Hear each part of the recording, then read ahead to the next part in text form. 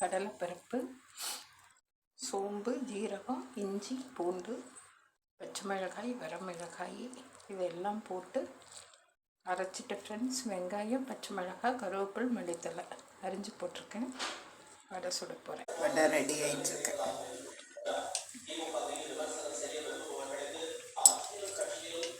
இன்றைக்கி evening snacks வடை தான் friends.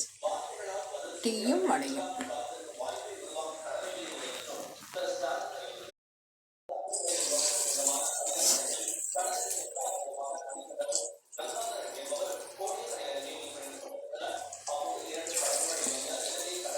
எல்லாம் பருப்பு வடை பிடிக்குன்னு சொல்லுங்கள் ஃப்ரெண்ட்ஸ். பாருங்கள், பருப்பு வடை சூப்பராக ரெடி ஆயிடுச்சு.